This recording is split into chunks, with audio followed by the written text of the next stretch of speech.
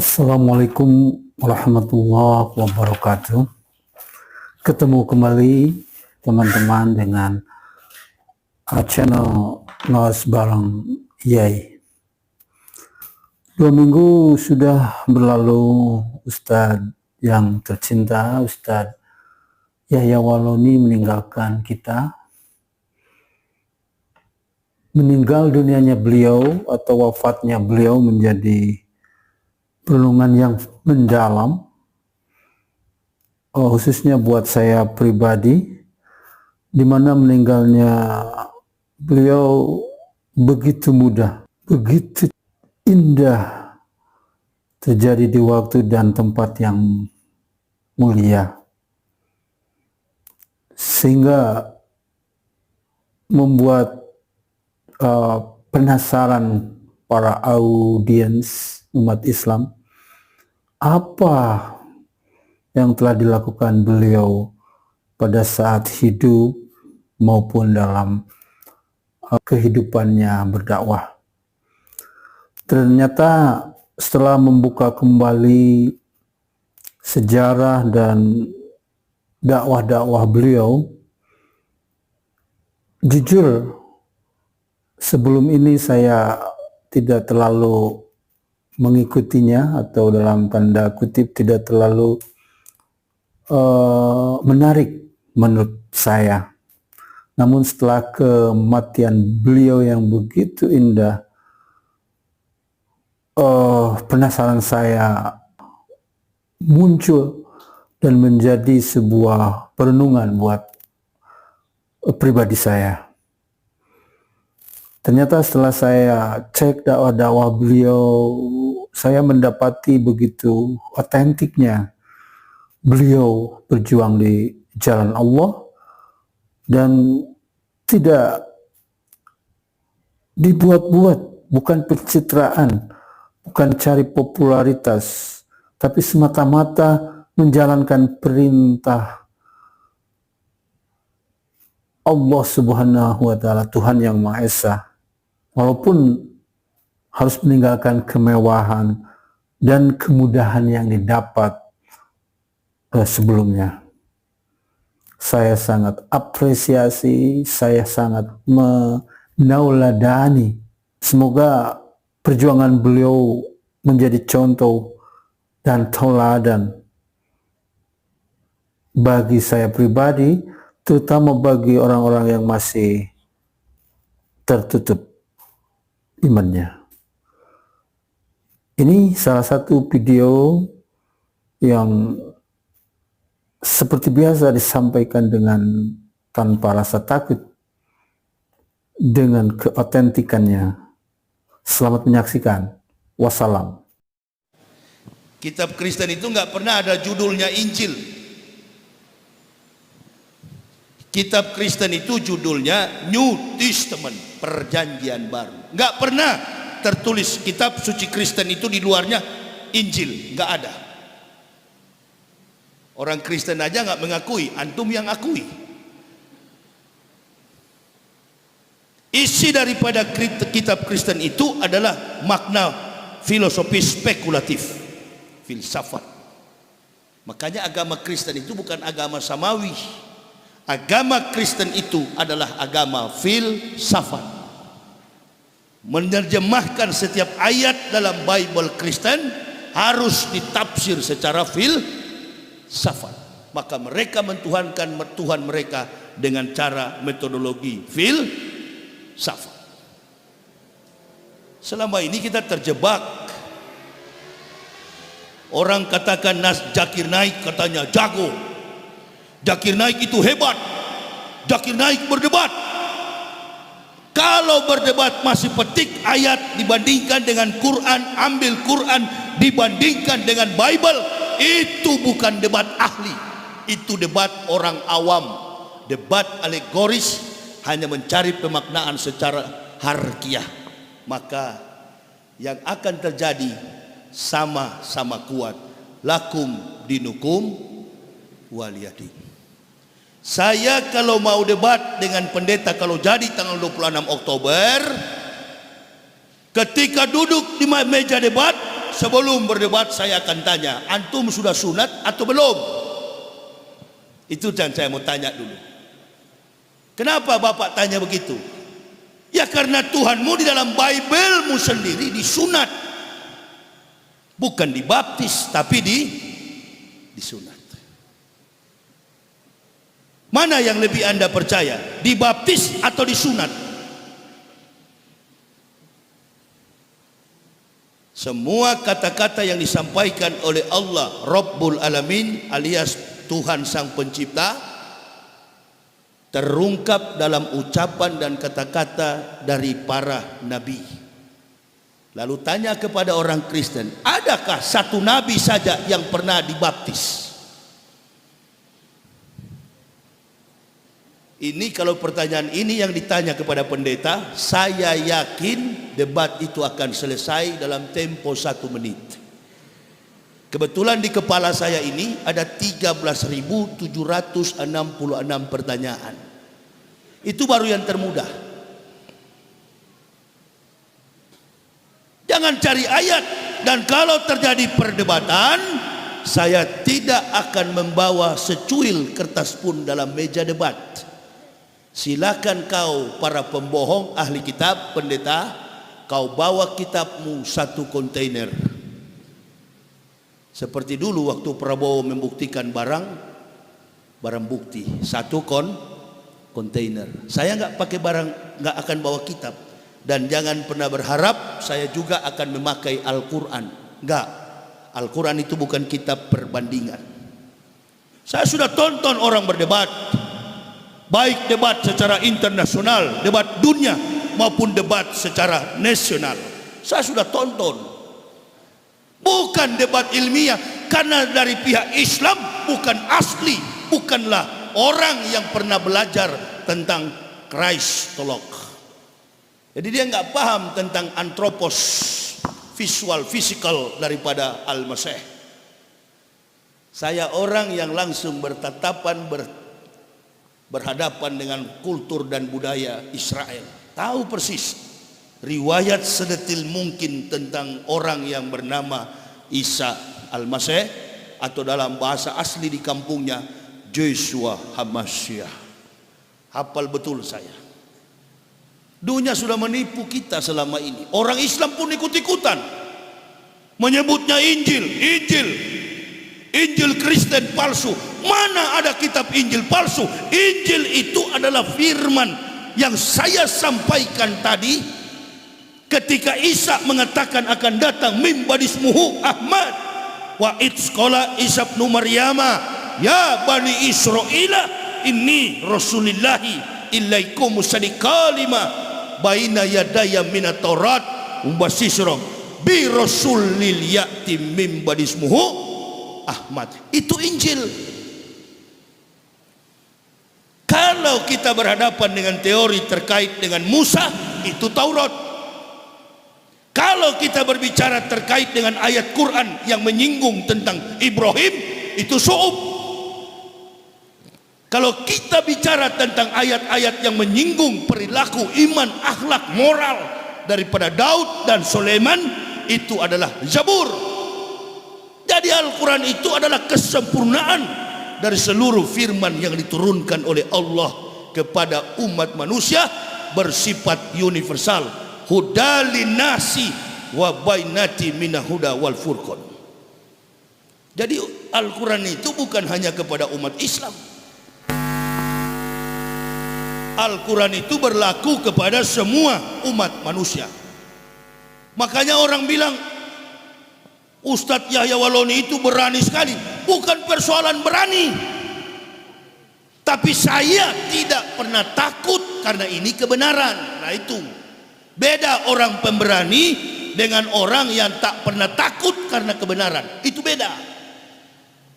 Kalau pemberani banyak, berani curi uang negara, itu banyak, berani nyolong kotak amal, itu berani kan, pemberani. Berani merampok, berani mencuri, berani berbohong, berani berdusta, berani bermunafik, nah itu berani. Tapi saya nggak berani orangnya, cuma tidak pernah takut terkait dengan kebenaran. Bahkan tidak memperhitungkan tentang aspek fisik ini. Entah tidak tidur, makan tidak teratur, minum kopi sampai puluhan gelas, nggak pernah sakit selama 13 tahun. Karena tidak pernah takut dengan apapun, termasuk takut kepada penyakit. Kita ini Masya Allah menghindar terus karena takut. Jangan makan daging kambing, takut. Jangan makan daging sapi, takut. Datang ke masjid, kaki tinggal diseret-seret, tangan sudah begini, mulut bengkok. Rajin sholat tapi penyakitan. Lalu bagaimana rahasia Islam itu?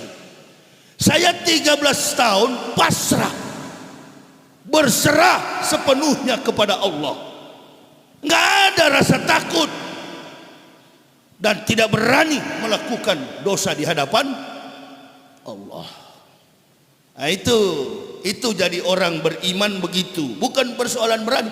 Saya selalu mengatakan orang-orang Kristen itu tempatnya di neraka. Kalau mati masuk neraka. Tahu saya wali kota sini kafir Kristen. Bukan tidak tahu, saya tahu. Tapi tempatnya memang di neraka. Karena yang masuk surga hanya orang Islam. Nggak ada tuh, saya nggak butuh dikawal-kawal itu, nggak pernah takut saya.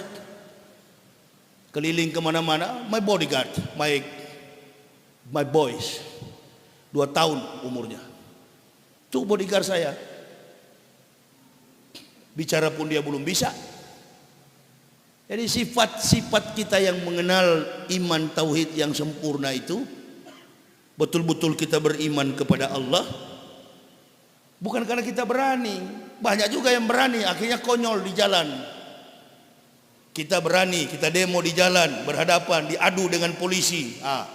Padahal polisi juga Islam, kita juga Islam. Takbir sama-sama, Allahu Akbar, lempar batu, kafir di pintu gereja. Haleluya. Berhasil kita adu domba. Ini berani apa ini? Berani apa? Berani berhadapan dengan sesama Muslim. Giliran dengan kafir, dia jilat pantat kafir, kotoran kafir. Ini golongan munafik. Mudah-mudahan tidak ada di Solo sini, tapi di sinilah banyak sekali itu. Apalagi besok malam di Boyolali itu. Ada teman-teman saya di daerah, hati-hati Ustadz, Boyolali itu rawan sekali. Saya cari yang begitu-begitu. Tak pernah takut saya. Itu beda. Pemberani dengan tak pernah takut beda. Nggak pernah saya takut. Sejak saya Muslim, tapi waktu saya masih kafir, penakut besar saya. Ya, begitu saya masuk Islam, nggak ada yang saya takut. Yang saya takut kalau tidak beribadah kepada Allah. Itu. Saya 13 tahun keliling Indonesia, bawa mobil sendiri tanpa pernah ada supir. Ada yang mau melamar kira-kira? Enggak, baru 3. 1 hepatitis B, 1 meninggal dunia dari Surabaya ke Situbondo. Saya bangunkan sholat subuh, sudah nggak ada napas. Kirim ke kampungnya di Gorontalo, meninggal dunia. 1 minta ampun. Aduh Ustadz, kalau begini lama-lama mati kita. Ayo, ini saya baru cuma 2 jam tidur. Tidur pun tidur di rest area.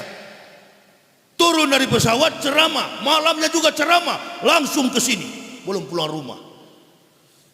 Dari Pontianak, Kalimantan Barat. Mampu kira-kira begitu. Ukuran kesehatan medis sudah lewat sebenarnya. Sudah habis darah, sudah mati. Tapi saya lihat tidak, malah saya sehat. Tidak ada penyakit.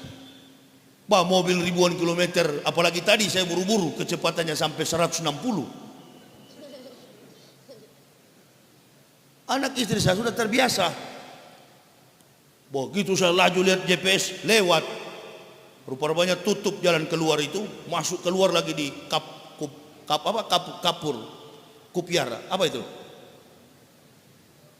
Karanganyar ini, siapa? Kaplur atau apa itu? Palur, ya keluar ke sana, sampai jauh ke sana. GPS sudah tinggal 11 menit, Jadi 32 menit keluar lagi, mutar balik pompa bensin, lurus ke sini. Kelewatan, sudah tutup pintu tol yang kami harus keluar. Enggak ada tuh saya minta dijemput, manja cengeng untuk urusan dakwah begini. Sebaiknya para penceramah itu enggak usah. Apalagi sekarang ini Islam itu di tengah ditekan betul-betul, kelihatan sekali memang Islam ini dibenci betul. Kemarin saya mendapat WhatsApp dari jamaah perusahaan PT Dirgantara Garuda Indonesia. Mereka berdoa mengucapkan hari kesakitan Pancasila.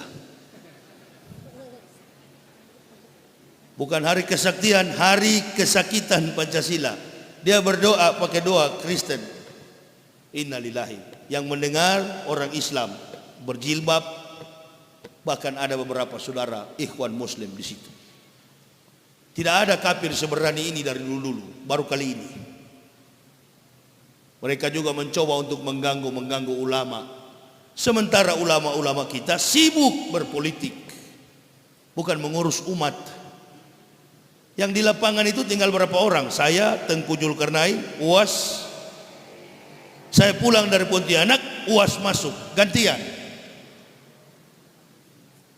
Tinggal beberapa orang kami keliling Indonesia. Ini dari sini saya ke Medan, pulang dari sini. Insya Allah umur panjang, habis dari Solo langsung ke Medan. Untuk apa? Sepanjang sebulan, setiap bulan.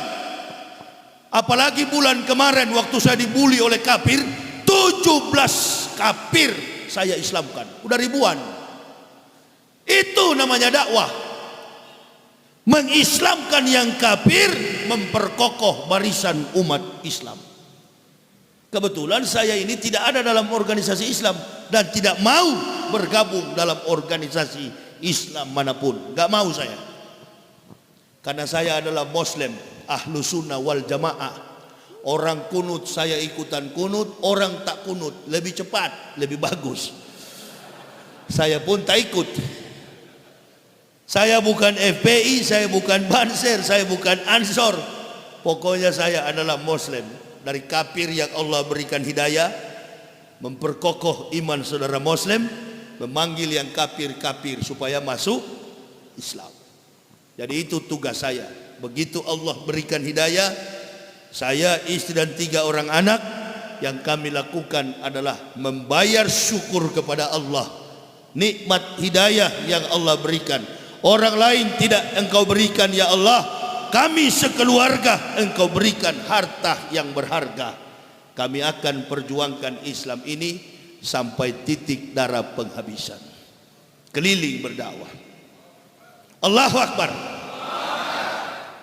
Inilah saya datang di Solo sini sampai tanggal 7 ke depan. Insya Allah umur panjang kita bisa sampai tanggal 7 ke depan. Saya hanya memperkenalkan diri pada siang hari ini. Saya situasinya kurang konsen saya. Pertama, bukan masalah di jalan terlalu ribut. Saya mau menjelaskan secara detail tentang Isa Al-Masih. Kayaknya sulit. Situasi dan kondisinya kurang. Mungkin saya masih terlalu lelah. Tapi nanti malam barangkali baru bisa dengan konsentrasi yang penuh. Siang-siang begini memang saya tidak tahan panas, makanya saya masuk Islam. Apalagi kalau di sana nanti di neraka, kan begitu. Jadi saya hanya memperkenalkan diri saja, bahwa kami sekeluarga ini sudah kurang lebih 13 tahun beragama Islam.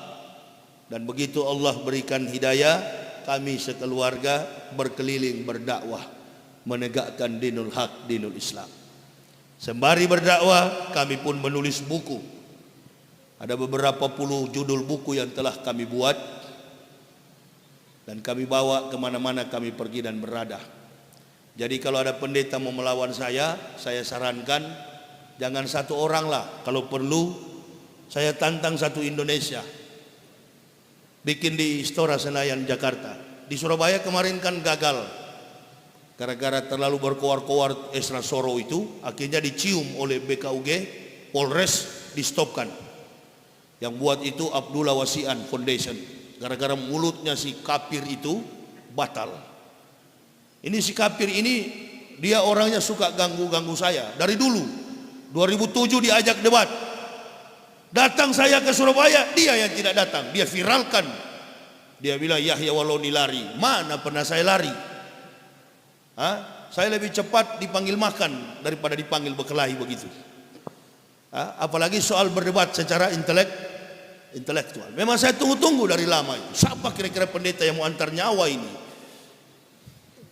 Artinya yang mau malu begitu ya. Kalau sudah berdebat di depan publik kan, yang jelas dua umat yang hadir, Islam dan Kristen. Sebanyak yang hadir orang Kristen, yakin 1000% akan masuk Islam. Itu yang saya tidak akan pakai Al-Quran untuk menyanggah kebohongan Bible Kristen. Saya akan menggunakan Bible kitab mereka sendiri untuk menyanggah kebohongan kitab mereka. Jadi orang Kristen nanti akan lihat umat Islam akan tambah kuat dan orang Kristen akan masuk Islam. Jadi saya kira tidak ada bohong, nggak ada pendeta yang berani. Cuma nanti kita lihat kalau jadi, pasti batal lagi ini. Saya sudah pengalaman, karena saya ada dengkotnya dari kafir yang masuk Islam. Jadi dia tahu, ini kalau mau berdebat ini cuma antar nyawa kita ini. Saya yang pendetakan dia, dokumen-dokumen saya ini lengkap. Ente mau fitnah bagaimanapun, saya punya dokumen lengkap. Ini album saya.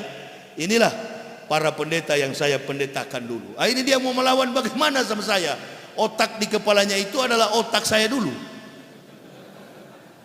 Saya pernah nonton, saya pernah lihat. Satu waktu anak saya bilang sama saya, Abi, lah baik, kita menyeberang ke sebelah, memakan KFC, Kentucky.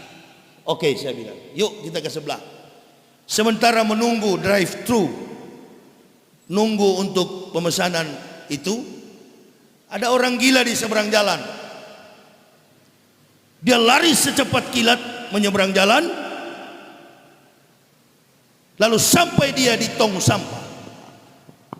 Dia pungut coker-coker sampah itu dan dia mendapatkan tulang-tulang sampah.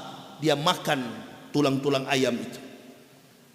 Saya terus dengan logika yang sangat cepat, saya terus berpikir, dia menyeberang jalan dengan cepatnya, tidak ditabrak mobil, lebih cepat daripada mobil. Berarti ginjalnya, paru-parunya, otot-otot betis dan badannya masih kuat. Tapi ketika dia memakan tulang-tulang ayam yang sudah dilempar dalam tong sampah, apanya yang rusak kira-kira? Paru-parunya yang rusak, ginjalnya yang rusak, ototnya, atau dia mengidap konstipasi atau sejenis saluran pencernaan. Dia tidak mengidap penyakit paru-paru, lambungnya masih baik, pinggangnya masih bagus, otot-ototnya pun bagus. Ada persoalan yang terjadi ketika dia memakan sampah. Otak kabel di kepala satu putus. Nah inilah kira-kira penyakitnya orang-orang kafir. Dia sehat tapi ada satu kabel di kepala yang putus. Saya kira kalau debat saya bisa sambung kembali itu. Karena saya juga dulu orang yang, kalau saya nggak bisa ada yang sambung waktu putus dulu. Karena memang orang yang membuat rancangan kabel-kabel itu saya. Jadi begitu saya masuk Islam, saya tidak ada bisa sambung. Yang sambung adalah may yahdillahu fahuwal muhtadin wa may yudlil faulaika humul khasirun. Allah yang sambung kabel di kepala saya melalui apa? Laqad ansalna ayati mubainatin wallahu yahdi may yasya'u ila siratim mustaqim. Membaca ayat-ayat suci Al-Quran, menghubungkannya dengan fakta kehidupan dunia dan membandingkan dengan iman Kristen, lalu saya mendapatkan petunjuk dari Allah. Allah memberikan jalan yang lurus. Jadi begitu kabel saya tersambung, saya sembuh dari gila. Jadi kalau orang Kristen menuduh itu pendeta gila, jangan percaya. Saya justru baru sembuh dari gila. Kira-kira begitu. Ya. Jadi saya dan keluarga alhamdulillah Tidak semudah, bukan seperti yang lain, mau masuk Islam karena mau kawin, masuk Islam karena ikut-ikutan. Alhamdulillah, kami satu keluarga rela ikhlas mengorbankan segala-galanya demi keselamatan kehidupan dunia dan akhirat. Jadi saya kira jamaah, saya tidak terlalu panjang lebar menyampaikan dakwah pada siang ini karena situasi dan kondisinya juga kurang. Saya dalam keadaan apa ini namanya? Lelah, kepanasan. Inilah sifat saya. Kalau sesuatu yang saya bisa sampaikan, saya sampaikan. Saya enggak tertutup orangnya. Jadi sebaiknya saya hentikan dakwah ini. Di satu sisi juga terlalu bising, sulit saya mau menjelaskan. Sebaiknya jemaah bertanyalah sama saya, apa yang mau ditanyakan, lewat kita interaktif, kita bertanya. Silakan kalau ada yang mau bisa bertanya. dilanjutkan tanya jawab saja. Ya. Begitu Ustaz ya? Begitu. Bisa dilanjutkan tanya jawab aja karena situasinya kurang. Iya. Monggo dari jamaah yang ingin bertanya Ya. kepada Ustaz. Coba. Silau, mata saya silau. Silakan. Bagi yang ingin bertanya silakan. Saya Ustaz. Udah. Kita Saya, Ustaz. dialog interaktif. Saya dulu ya. Maaf sebentar ya. Monggo. Kalian Mic-nya numpang, Mas. diberikan. Nanti sebentar Pak. Nanti untuk malam kalau ada yang mau bertanya sebaiknya ditulis. Oh iya. Taruh di kertas, taruh di meja, saya baca, saya jawab. Tapi sekarang sudah terlanjur, silakan Oh bertanya. iya. Makasih Ustaz. Alhamdulillah. Yang saya tanyakan materi strategis apa yang kita sampaikan kepada orang non-Islam, terutama orang Nasrani, sehingga mereka tertarik. Oh, Pertama, kedua mungkin ada referensi buku apa yang menjadi referensi yang bisa untuk menambah wawasan dan ilmu. Cukup itu saja. terima kasih. Ya. Ini pertanyaan bagus. Pertanyaan bagus. Saya jawab ya. Apa kira-kira argumen, gitu ya? Argumen untuk memudahkan orang Kristen itu datang kepada Islam. Nabi SAW, wala tujadilu ahlal kitabi wa ahsan. Jangan berdebat dengan ahli kitab kecuali dengan cara terbaik. Jadi kita sebenarnya dilarang untuk berdebat dengan mereka. Kenapa Nabi larang? Nabi melarang karena tidak boleh kalau bukan ahli. Itu maksudnya. Wala tujadilu ahlal kitab. Tidak boleh berdebat dengan ahli kitab kecuali dengan cara terbaik. Berarti yang bisa melawan berdebat dengan mereka jangan antum. Nah, inilah. Jangan antum orang yang memang muslim yang tidak paham tentang mereka. Sebaiknya yang menantang mereka itu adalah orang-orang yang terbaik dari mereka dulu. Begitu seperti saya. Karena tahu betul kelemahan kafir.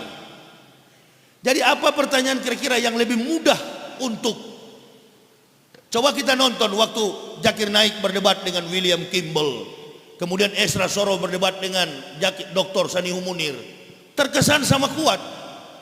Karena biar bagaimanapun hebatnya seorang muslim yang lahir dari Islam, pasti tidak memahami dua konsep. Konsep teologi dan konsep eklesiologi. Tentang gereja dan tentang rumus-rumus teologi spekulatif filsafat ketuhanan Yesus. Dengan begitu, dia menyebut kitab Kristen pun Injil. Nah ini. Dia menyebut kitab Kristen pun Injil. Padahal kitab Kristen itu bukan Injil. Kitab Kristen itu adalah kitab yang tersusun atas pemahaman orang ke orang. 200 tahun Isa sudah diangkat, baru kitab itu ada. Jadi saya kira pertanyaan yang untuk diajak supaya orang Kristen mudah masuk Islam, jangan coba-coba memakai Al-Quran. Ada pepatah mengatakan begini, jangan melempar mutiara kepada babi. Itu pepatah ya, pepatah kuno. Janganlah melempar mutiara kepada babi, karena hanya akan diinjak-injak. Jadi kalau mau menggunakan Al-Quran, saya kira jangankan orang kafir, orang Islam sendiri saja kalau imam sholat ayatnya panjang dia batuk di belakang. Bahkan dia tidak suka kalau imam terlalu panjang ayat bacaan, apalagi kafir. Cara yang paling tepat, saya Islamkan sudah banyak, sudah ribuan orang kafir. Saya tanyakan ke mereka, konsep keselamatan Kristen itu adalah Yesus mati dulu di kayu salib sebagai jalan penebusan dosa-dosa bagi manusia. Ini doktrin orang Kristen. Tuhannya mati dulu di kayu salib demi menebus dosa-dosa manusia.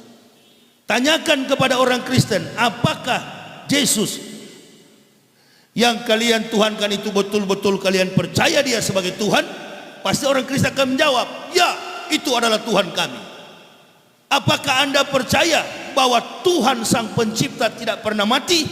Dia juga akan menjawab, betul, Tuhan tak pernah mati. Apakah Anda percaya Yesus yang kamu tuhankan itu pernah mati? Nah, di sini dia bingung. Dengan logikanya yang sehat, dengan akal budinya yang Allah berikan, dia akan menjawab bahwa Tuhan tidak pernah mati. Di sisi yang lain, dia akan menjawab bahwa Tuhannya Yesus pernah mati. Lalu Bapak tidak usah melanjutkan bertanya, cukup tanya begitu. Apakah Anda percaya Tuhan tidak pernah mati? Dia pasti menjawab, gila kamu, masa Tuhan mati? Nah, saya tanya, pernah atau tidak? Kalau dia bilang enggak, oh bagus, berarti kamu masih sehat ini. Baru tanya dia, apakah Yesus pernah mati? Nah, di sini dia mulai curiga. Ya, dia kan mati demi menebus dosa-dosa manusia. Iya, betul. Saya tidak mau tahu. Yang saya tanya sebagai dari seorang Muslim untuk kamu adalah, apakah Yesus juga pernah mati?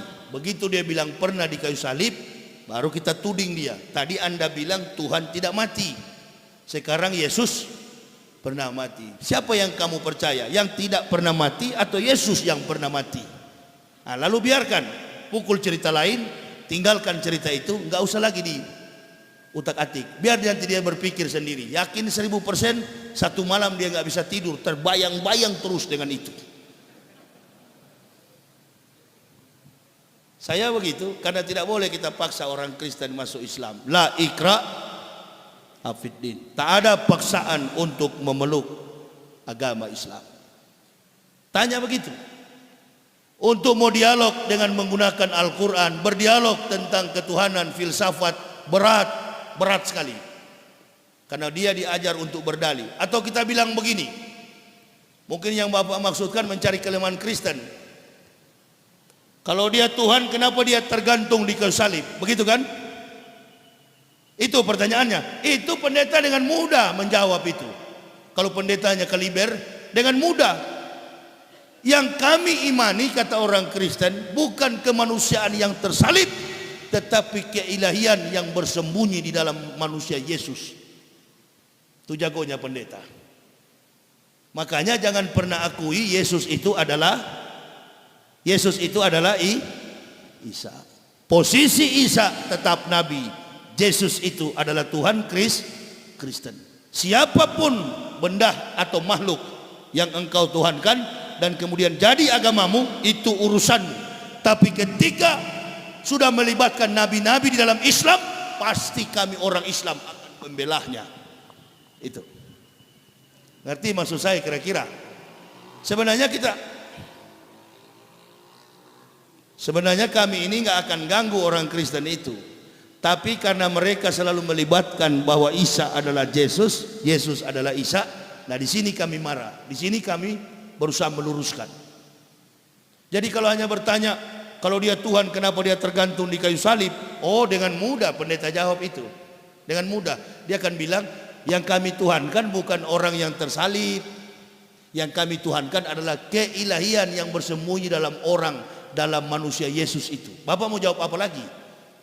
Nah, makanya sebelum debat jangan pernah mengakui Bible Kristen itu Injil dan Isa adalah Yesus. Karena Nabi Isa tidak mampu divisualisasikan baik dalam bentuk gambar maupun foto. Nabi Muhammad aja tidak ada gambarnya, kok bagaimana Nabi Isa ada gambarnya? Nah, siapa itu? Orang yang disalib itu tidak ada lain kecuali orang yang diserupakan dengan Nabi Isa. Sebagaimana keterangan Al-Quran. Buku yang paling bagus yang akan Bapak tanyakan tadi untuk referensi, ini ada buku saya dengan judul Kebenaran Islam menurut mantan pendeta. Buku ini tidak pernah mengatakan orang Kristen masuk neraka dari ayat Al-Quran. Nggak ada, nggak pernah saya pakai Al-Quran untuk menjebak orang Kristen masuk neraka. Tapi buku ini, dalam buku ini yang mengatakan orang Kristen masuk neraka adalah ayat-ayat Kristen itu sendiri.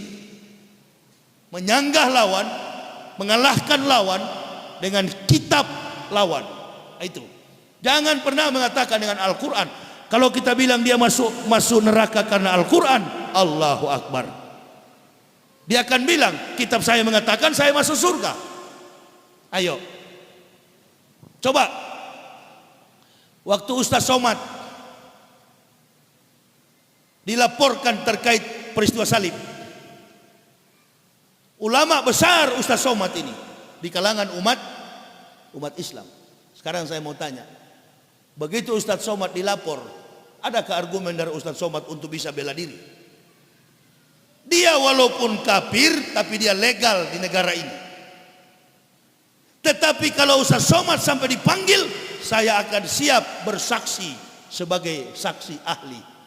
Akan saya katakan bahwa eksekusi salib itu bukan terjadi pada Yesus Kristus atau Isa Al-Masih. Ketika beliau diadukan di polisi, Bapak lihat, jamaah boleh bisa perhatikan konferensi di MUI tanggal 21 Agustus, MUI pun angkat tangan. Karena sehebat-hebat kiai, sehebat-hebat ustadz, mereka nggak mengerti konsep kebohongan kafir Kristen. Yang paling tahu tentang kebohongan itu adalah kami yang dari kafir. Orang dari kafir pun tidak semua bisa tahu, kecuali memang sudah ahli seperti saya. Jadi kalau saya katakan tidak ada, saya akan bilang di depan hakim, peristiwa penyaliban itu bukan peristiwa Yesus atau Isa atau Yesus Hamasiah atau Yesus Kristus atau the Christ Jesus atau siapapun yang dituhankan Kristen yang disalib. Yang pertama, Bapak Hakim, ini cerita gila. Di mana ada Tuhan disalib, itu satu. Karena ini dipanggil secara di ranah hukum horizontal. Padahal ini tidak bisa dipidanakan. Ini adalah hukum vertikal. Dan yang kedua, salib itu bukan lambang Tuhan disalib atau orang Isa Nabi disalib. Salib itu adalah lambang eksekusi mati dalam sistem pemerintahan Romawi, Rom. Makanya ketika berkunjung saya ke sana, saya ingin tahu mana itu Bukit Golgota. Bukit Golgota itu bukanlah bukit di mana Isa disalib, tetapi bukit itu adalah, Golgota itu artinya bukit tengkorak. Karena orang disalib di situ dari tahun 65 sebelum Masehi sampai tahun 6 Masehi Isa Al-Masih lahir. Romawi memerintah menguasai Yerusalem dari tahun 65 sebelum Masehi sampai tahun 6 Masehi. Isa lahir tahun 6 sebelum Masehi. Perhatikan, 6 sebelum Masehi sampai 6 Masehi. Isa lahir 6 sebelum Masehi. Jadi eksekusi mati itu sudah ada pada zaman dulu. Sebelum datangnya Nabi Isa, pada zaman Nabi Musa, bahkan sebelum Nabi Musa sudah ada eksekusi dalam bentuk penyaliban. Kalau nggak percaya sama saya, cari orang bule yang pakai kalung salib, artis Hollywood, Mick Gavin, Stephen Seagal, Rambo, Arnold Schwarzenegger yang pakai kalung salib. Tanya mereka, you are Christian? No, I'm not religion. Saya bukan pemeluk agama manapun. Kenapa? Salib itu bukan lambang Kristen. Salib itu dianggap oleh orang-orang bule Amerika dan Eropa, salib itu adalah aksesoris. Kita di Indonesia ini kan IQ-nya terlalu tinggi dibanding Amerika. Makanya masih banyak di gereja tiap hari Minggu. Di Eropa dan Amerika gereja itu tiap hari Minggu kosong, gitu, nggak ada orang. Artinya kemampuan intelektualnya Amerika dan Eropa itu di bawah. Orang Indonesia lebih pintar, makanya masih banyak di gereja. Itu maksudnya. Nah, kalau yang mengerti pasti ketawa itu, yang nggak ngerti melongo dia, apain dia bilang. Ya, karena IQ-nya orang Eropa dan Amerika itu di bawah. Sementara orang Kristen di Indonesia itu IQ-nya di atas 200. Nah, itu maksudnya. Baru ketawa kan?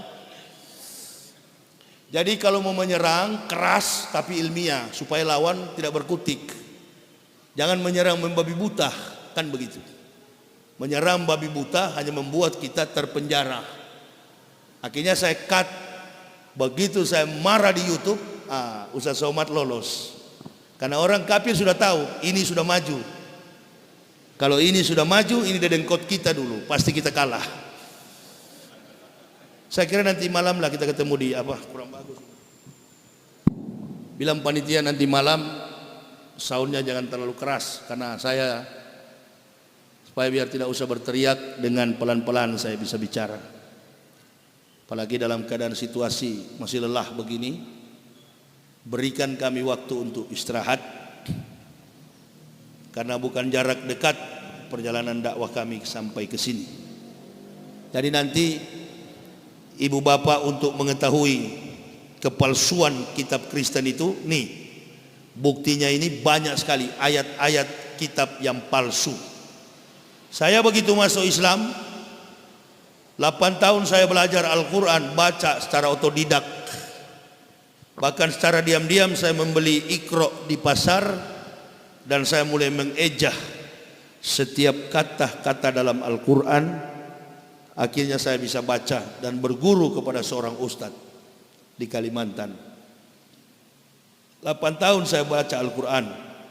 Jangankan satu kata, satu titik dalam Al-Quran tidak mampu diselewengkan oleh otak dan tangan kotor manusia. Kitab Kristen itu tiap hari dirubah, hampir tiap minggu. Matius bilang lompat ke kanan, Markus bilang salto ke depan, Paulus bilang jungkir ke belakang. Bingung kita paham.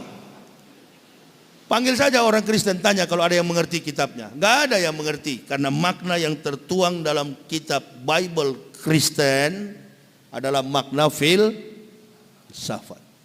Harus ditafsir, dijelaskan secara filsafat. Ketuhanannya pun filsafat. Tuhan turun pangkat jadi orang, orang naik pangkat jadi Tuhan. Dibolak-balik, itu namanya filsafat. Filsafat adalah induk dari semua ilmu. Tapi kalau rumus filsafat spekulatif, tentu bukanlah ilmu pengetahuan, tapi hukumnya adalah hukum halusi.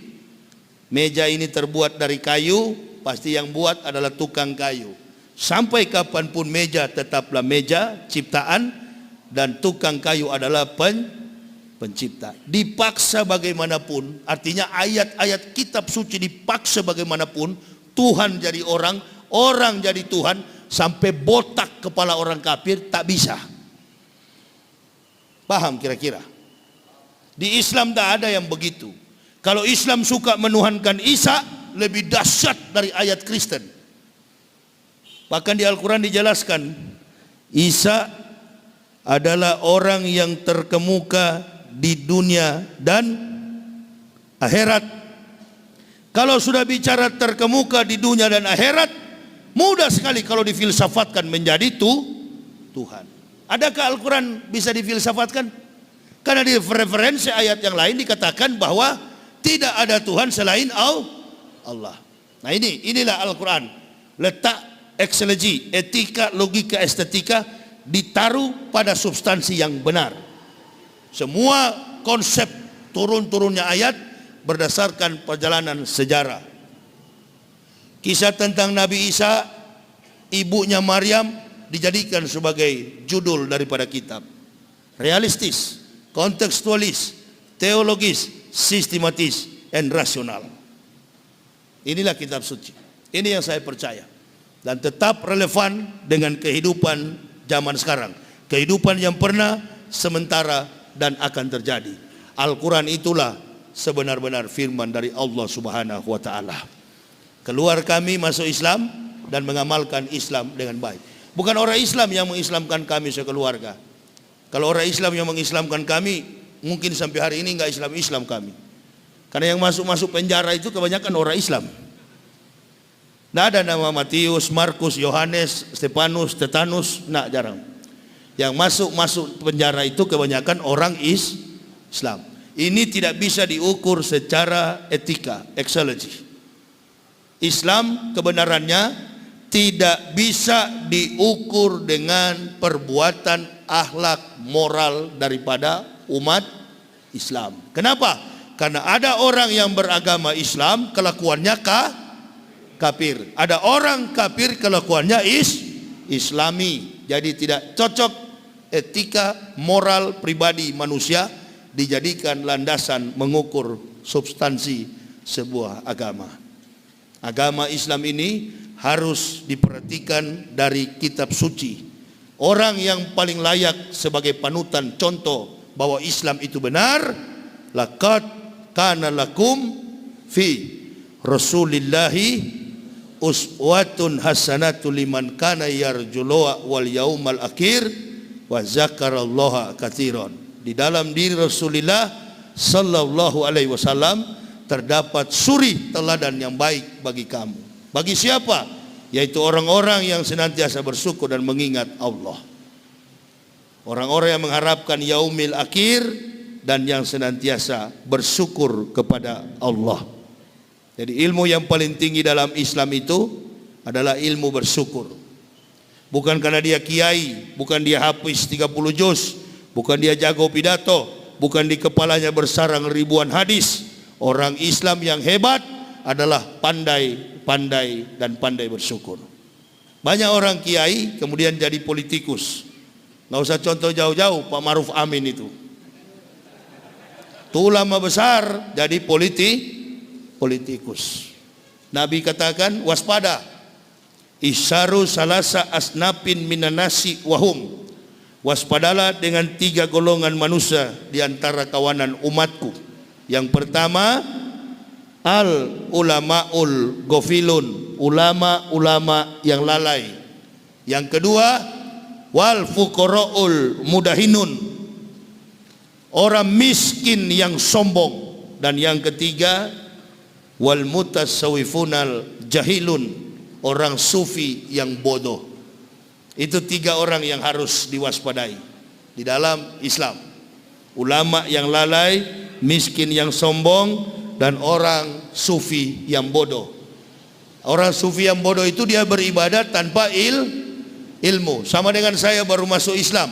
Begitu masuk masjid, saya sholat tahiyatul masjid 1 rakaat. Ditanya oleh pengurus masjid, sholat apa tadi Pak Yahya? Enggak, sholat biasa. Nah itu jawaban saya. Karena baru 3 hari saya masuk Islam. Baru 3 hari, baru selesai disunat, saya ke masjid. Sholat di masjid, cuma 1 rakaat, langsung salam. Salam pun belum tahu, tata cara ibadahnya pun belum, karena baru masuk Islam. Diketawai sama orang-orang, nggak apa-apa, tapi di hadapan Allah benar. Bahkan arah kiblat pun pernah saya dan istri salah arah kiblat. Sholat subuh sampai 20 rakaat. Saya pikir makin banyak sujud, makin banyak barokah. Ibu bapak ketawa, kita yang kuliah subuh, tahu arah kiblat, tahu Al-Fatihah, hafal, tahu jumlah rakaat, begitu azan subuh, salatu khairum minan naum.